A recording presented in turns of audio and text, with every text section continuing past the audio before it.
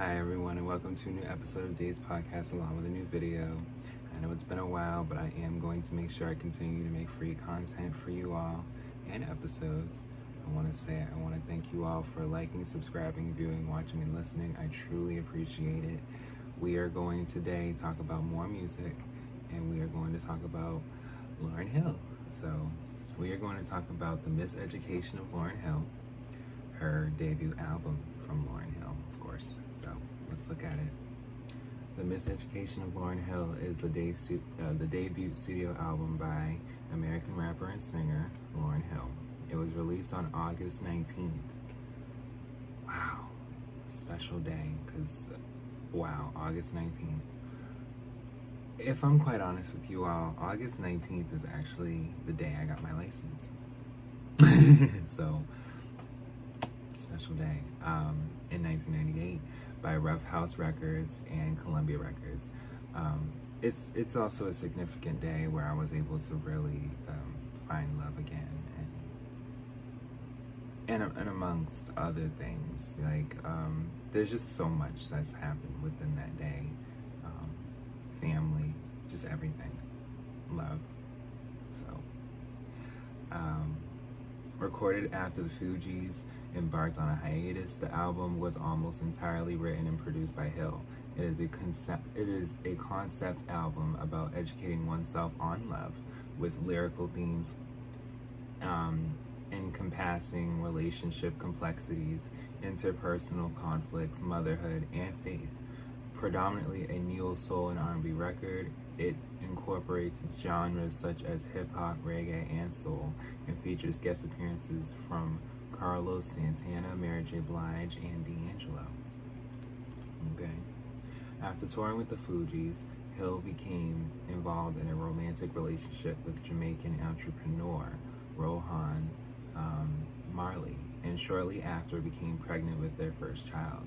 The pregnancy, as well as other circumstances in her life, inspired Hill to create a solo album. Recording sessions for the Miseducation of Lauryn Hill took place from September 1997 to June 1998, initially in New York and New Jersey, before relocating to the Tough Gong Studios in Kingston, as Hill collaborated with a group of musicians known as New Ark in writing and producing the songs.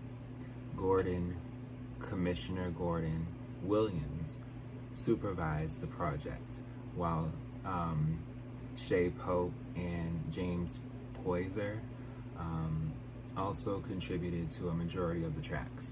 Hill strived to differentiate her musical style from that of the Fugees, and wrote songs discussing the turmoil within the group, as she refrained from following mainstream music trends and sounding overproduced.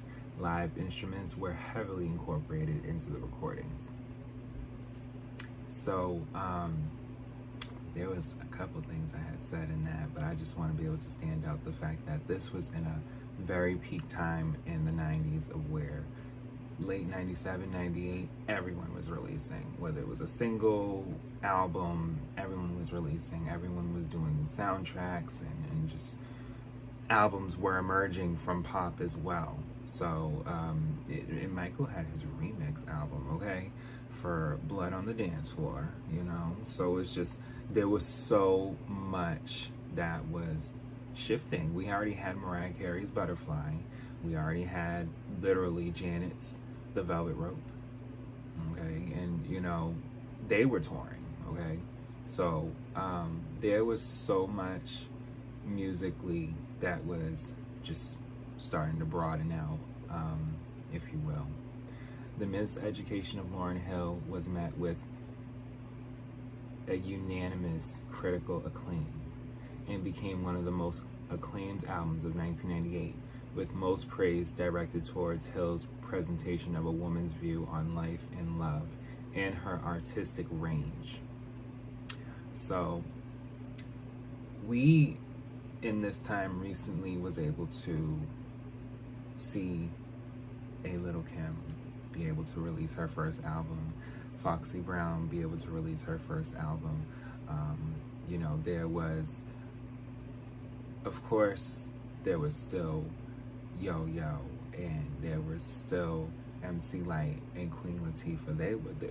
People were making TV appearances in movies, okay, and making televised appearances too, which I think I just said, but don't mind me. But you know, I just know that there was just a lot in hip hop that was starting to shift with women in this time, and she was able to pioneer such a new, fresh way for women to be able to express themselves with not just rapping, but a bit of singing too. Because with those I've mentioned, we're now seeing women in hip hop be able to express themselves more visually as opposed to aggressively still, and even feminine, given a feminine way of, hey, I'm that bitch, okay? But with Lauryn, it was cohesively made in a sense of not even just that, but I'm talking about a lot of things, different things. And we have the same birthday.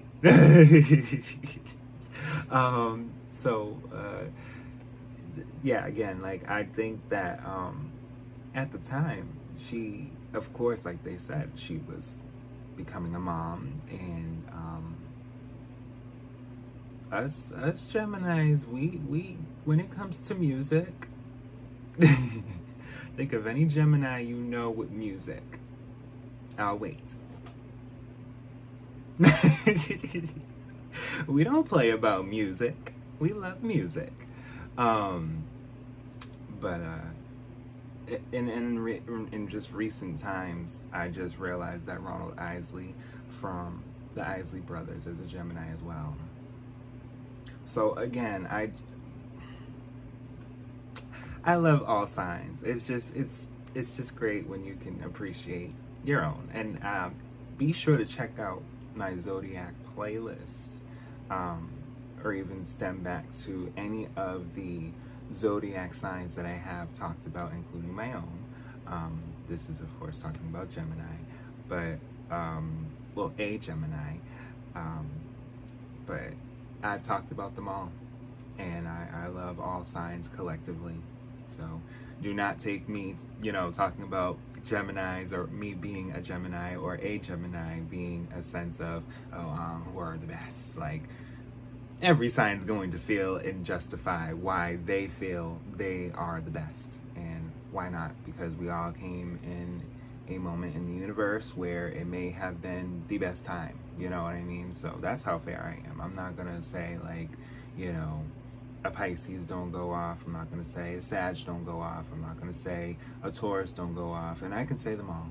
We all go off. Okay? A Virgo, this is Virgo season. Like, I'm not going to say Virgos don't go off. Like, I can name them all. No. I know all signs go off. But she went off. Okay? A substantial commercial success, the album debuted atop the U.S. Billboard 200 with first week sales of 422,000 copies, largest for a female artist at the time. At the 41st Annual Grammy Awards, 1999, it won Album of the Year and Best R&B Album, while Hill broke records for most nominations and wins in a single ceremony for a woman. The album produced 3 singles: Doo Wop That Thing, which peaked atop the U.S. Billboard Hot 100 and broke numerous chart records, X Factor, and Everything Is Everything. Hill further promoted the record with multiple televised performances and a sold-out worldwide concert tour. Since 2018, she has also embarked on 2 anniversary world tours. The success of the Miseducation of Lauryn Hill propelled Hill to global prominence and contributed to bringing hip-hop and neo-soul to the forefront of popular music. New Arc, however, felt Hill and her record labels did not properly credit them for their contributions and filed a lawsuit, which was settled out of court in 2001.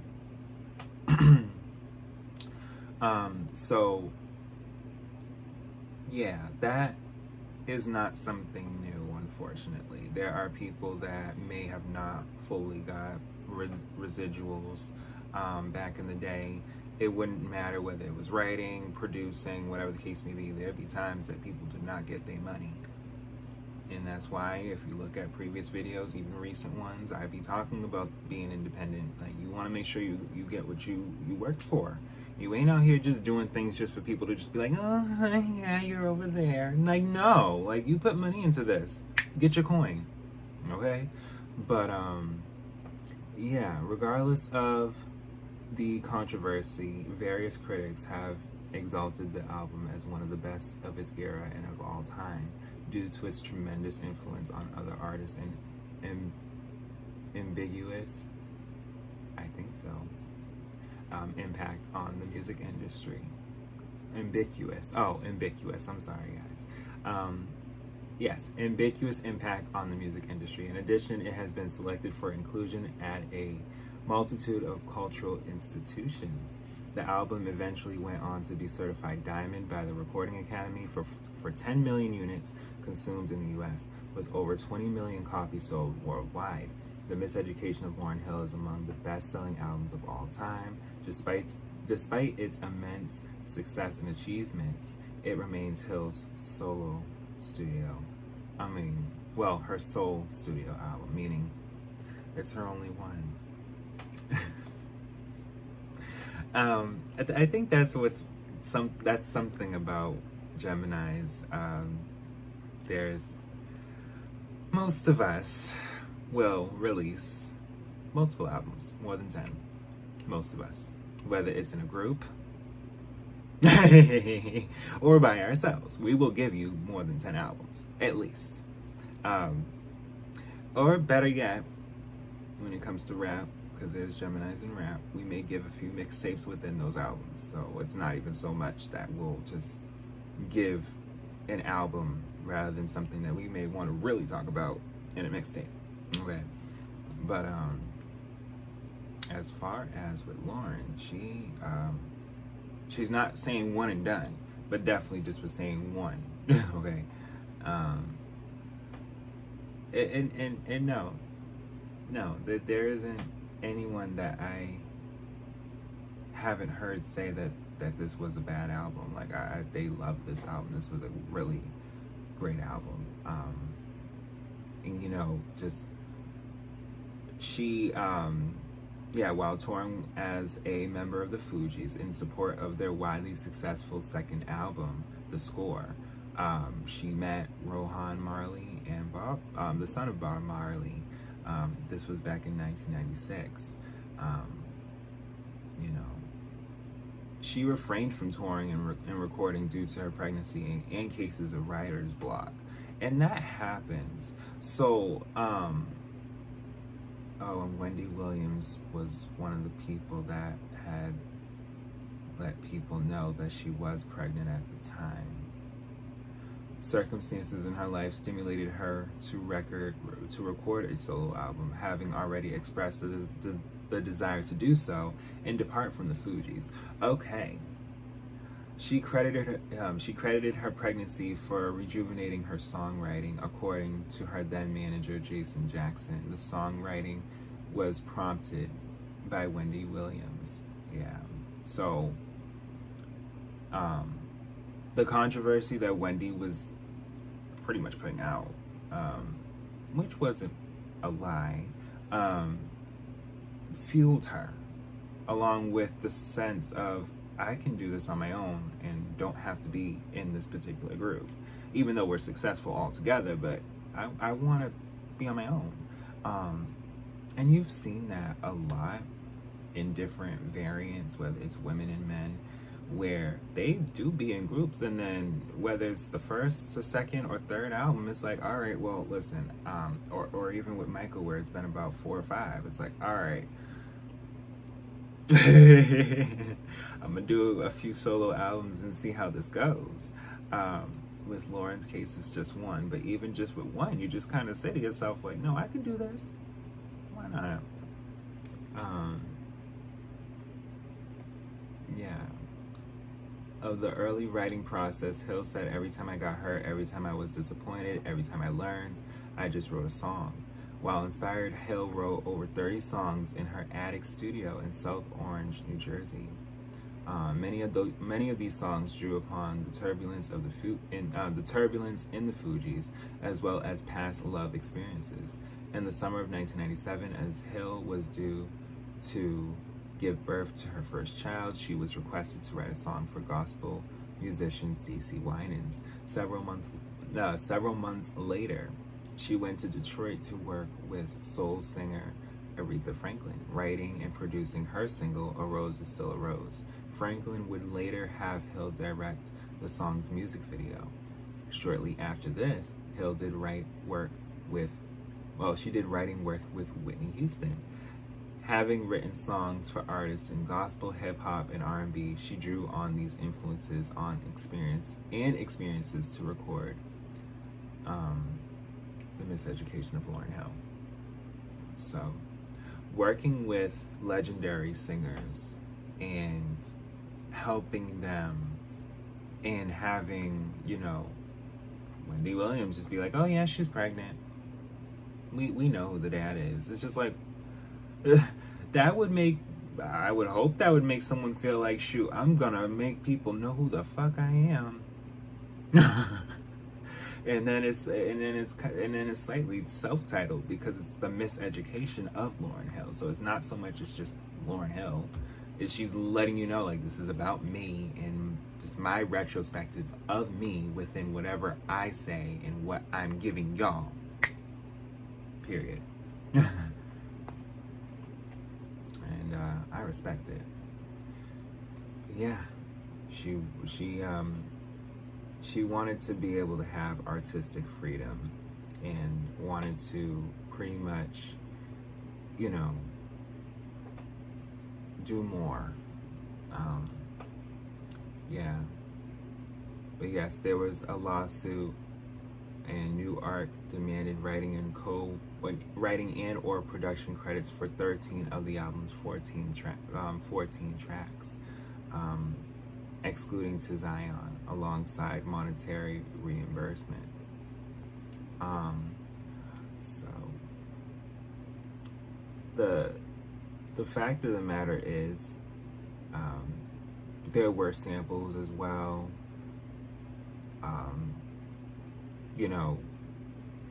She wanted people to know that I'm bringing artists and a sense of the genres I identify with out in a way that people should and have to understand. And I don't think it wasn't propelled or projected in such a way. She really let people know, like, you've been looking for your friend, the one you let hit and never called you again. Oh no. Like, that was in a worldwide, lyric to just be able to relate to in that time, where it was just like, people were dating, people were out and about and just screwing this, screwing that. Oh, I'm pregnant. Oh no, haven't heard from him. Like that, like single parents were real and still are to this day. Not everybody's married, but not everybody is mature enough to disassociate themselves to be selfless and love someone without the thought of them being not them. You know what I mean? Like, you can love someone and truly be happy with them, as opposed to what was really going on. People was not happy. There was a lot going on. Like, people wanted to not be too committed, and it wasn't something that she felt was fair on either side. Like, watch out. But yes, Can't Take My Eyes Off You is such a great song too. And let's see, The Miseducation of Lauryn Hill was first released in Japan on August 19th, 1998, before being released in the US on August 25th, and elsewhere within subsequent months. To commence its pre-release marketing campaign, Rough House Records mailed a promotional vinyl of Lost Ones to select radio stations. You just lost one. The song managed to garner enough airplay to reach number 27 on the U.S. R&B hip hop airplay. Can't Take My Eyes Off You, which originally appeared in the 1997 film Conspiracy Theory, began receiving heavy unsolicited airplay, prompting it to reach the top 40 on the U.S. Hot 100 airplay. Consequently, the song was added on the Miseducation of Lauryn Hill as a hidden track. Doo Wop That Thing was then released as the album's official lead single on August 10th, 1998. So she had the lead single, Doo Wop That Thing, come out literally right before the album was coming. So debuting the top, the U.S. Billboard Hot 100 and breaking numerous chart records. Stephanie Gale, senior director of marketing at Columbia Records, retrospectively analyzed Lost Ones, set the tone for how Lauryn, the solo artist, would be embraced at Black radio and anywhere hip hop was being played. But Doo Wop That Thing told the world there was nowhere this young lady of color would not be heard. Didn't I just talk about that? I just talked about that with that thing. Watch out. You know, it's something. It's really something. Because I don't think, like, and I think that's one thing that I'm kind of starting to see artists do now, where they have a single and then within a week's time the album comes out. At this time, it was very much unexpected because you have that thing, like Doo Wop That Thing, come out on the radio. You can get it, you know, at FYE or any type of record store at the time. And you're kind of, you know, you're sitting with this single and you're like, oh my God, this is good. Or you're hearing it on the radio. And then within a few weeks, the album comes out. You have not just that song, but you have a whole album. Hill further promoted the Miseducation of Lauryn Hill with televised performances on Saturday Night Live and at the Billboard Music Awards in December. X Factor was released as the second single on December 14th, but failed to replicate the success of its predecessor, peaking at number 21 on the Hot 100, while reaching the top 5 in Iceland and in the UK. So, I don't know what it was out here, but we was just not wanting a slow song at the time. I think, and yeah, when I think of songs that went number one in like 98, 99, you think of, you know, them being like mid-tempo or like, you know, fast-paced. Like that was what people was wanting at the time. People was really moving them. But, you know, it really had to take a ballad, like some type, like a really meaningful ballad for people to really sit back like, I want this. At that time. Nowadays, it's in the matter of, do I want to stream it? Do I want to buy it? Do I want to look at the video? You know, but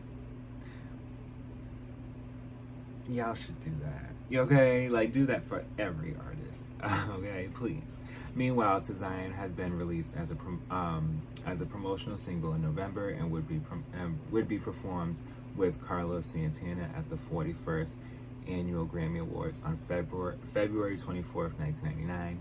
The Miseducation of Lauryn Hill was also released as a promotional single exclusively in Japan.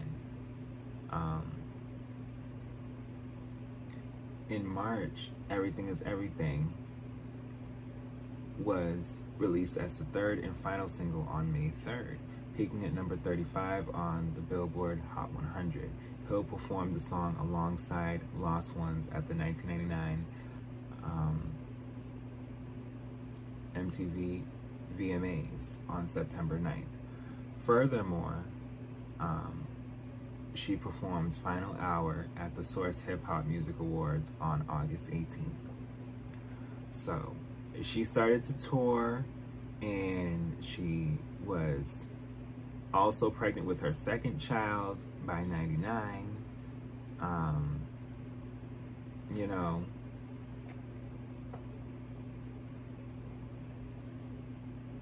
yeah. So she was also pregnant.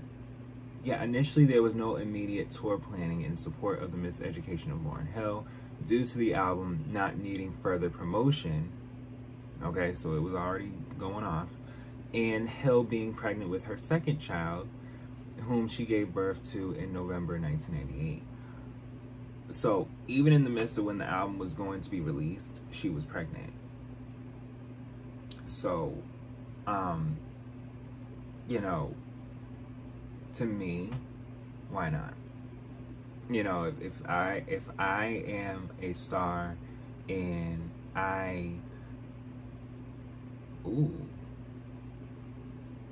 okay, wait a minute. The tour helped establish the group as touring artists, with Williams elaborating. Okay. Notable attendees. Oh, wow. Okay. Let me just tell y'all this. In January 1999, however, Hill recruited a band and began rehearsals for what would become the Miseducation Tour. Tickets sold out as soon as the tour was announced, which included 3 sold-out nights at the theater at Madison Square Garden. The Los Angeles Times called the tour quite possibly the most accomplished tour ever by a hip-hop artist at the time. Notable attendees included Harrison Ford, Natalie Portman, Star Jones, Casey Affleck, Nina Simone, John Galliano, Rosie O'Donnell, Mary J. Blige, Adele was there too. Okay, a young Adele. But yeah, but it was received very well. People was saying that she was a gender bender whose confident singing and rapping was balanced by vulnerable themes and sentiment. I mean, yeah, like, I'm not gonna not just speak for the women, I'll speak for the men too, because I'm wanting the world to know the perspective of what is from my retrospective. That's what she was saying, okay? And won Grammys. So yes, let's look at the track list. So, track 1 is Intro. Track 2 is Lost Ones. Track 3 is X Factor. Track 4 is To Zion featuring Carlos Santana. Track 5 is Doo Wop That Thing. So by track 5, you're already slayed. There wasn't really skips. Like you back to back, you're like, oh my god. Like this, like we're not like this is the beginning of the album. Like there's more. Like you're slayed by track 5. Track 6 is Superstar. Track 7, Final Hour. Track 8, When It Hurts So Bad. Track 9, I Used to Love Him. I Used to Love Him is a great song. Track 10, Forgive Them, Father. Track 11, Every Ghetto, Every City. Track 12, Nothing Even Matters, featuring D'Angelo. Track 13, Everything Is Everything. Track 14, The Miseducation of Lauryn Hill.